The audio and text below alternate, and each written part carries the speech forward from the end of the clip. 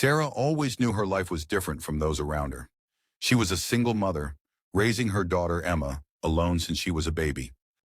For Sarah, Emma was everything.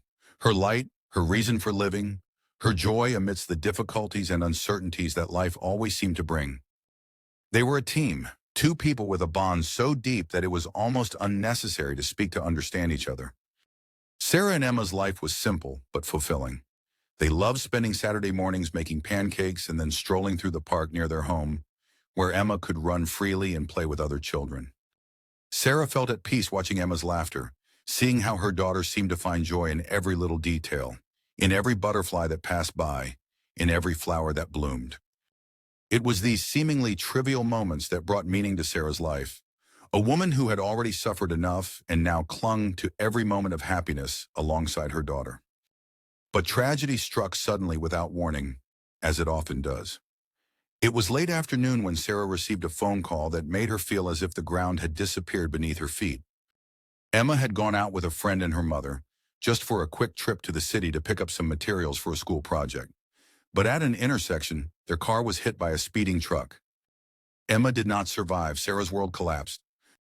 In the days that followed the accident, she wandered through the house in a sepulchral silence, observing Emma's toys scattered on the floor, her coat hanging by the door, the bed still unmade from the last night. The pain was so deep it felt unbearable, an open wound that would never heal. She blamed herself, wondering if she could have done something to prevent the tragedy, even knowing rationally that it was impossible. Guilt and despair became her constant shadows, as if her soul were torn apart and unable to recover. Months passed, and Sarah sank deeper into a devastating depression. She couldn't leave the house, couldn't face the world without Emma by her side. There were no more laughs, no sweetness of pancake mornings, no lightness of a Saturday afternoon in the park. What remained was an empty house, echoes of a life that had been brutally and irreversibly ripped from her hands. For a time, she even avoided contact with others. Friends and family tried to offer support, but Sarah shut herself off, unable to accept that life went on while she was paralyzed in pain. People said time healed all wounds, but for her, each day was a new wound, a new reminder of Emma's absence. Deep down, Sarah wasn't even sure she wanted to heal, as she felt that, in a way, the pain was the only connection she had left with her daughter. But on a silent night, something changed. Sarah was sitting in Emma's room, holding a photo of her daughter, lost in her memories when a small, inexplicable feeling of peace washed over her heart. She didn't know where it came from, but it was as if, for a moment, she could feel Emma's presence, as if her daughter were trying to tell her that it was okay, that Sarah needed to find a way to move forward. This moment was a turning point. It wasn't immediate, but it planted a seed of hope that slowly began to grow within Sarah.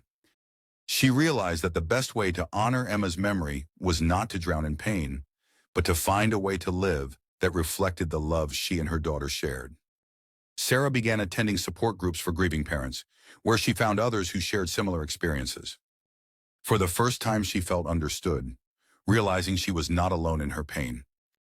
Hearing the stories of other mothers and fathers who, despite their devastating losses, were fighting to rebuild their lives inspired Sarah to take small steps toward healing. Over the months, she began to find new meanings in her life. Sarah had always enjoyed helping others, so she decided to volunteer at a shelter for children. At first, it was difficult. Seeing the children's smiles constantly reminded her of Emma, but gradually she realized that her love for Emma still lived in her heart and that she could share that love with those in need.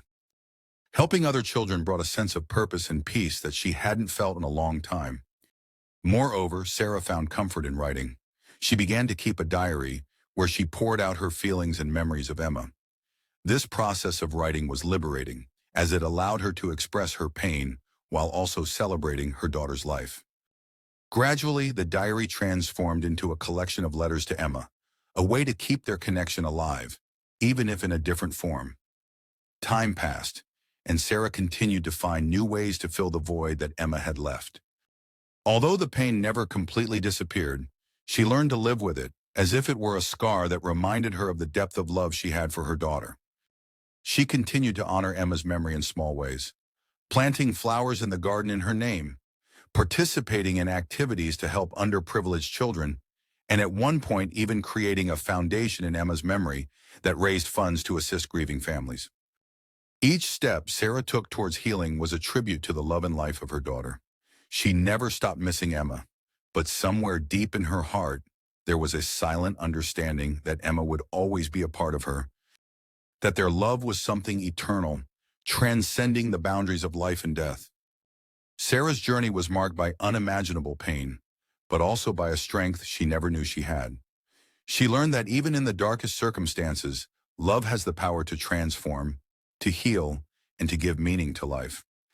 Emma would always be her daughter, and Sarah, in a profound and transformative way, continued to be her mother, honoring her little girl's legacy through every act of kindness, every shared smile, every life touched.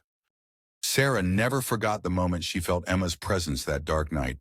That moment became her beacon, her reminder that even in the darkest nights, there is a light.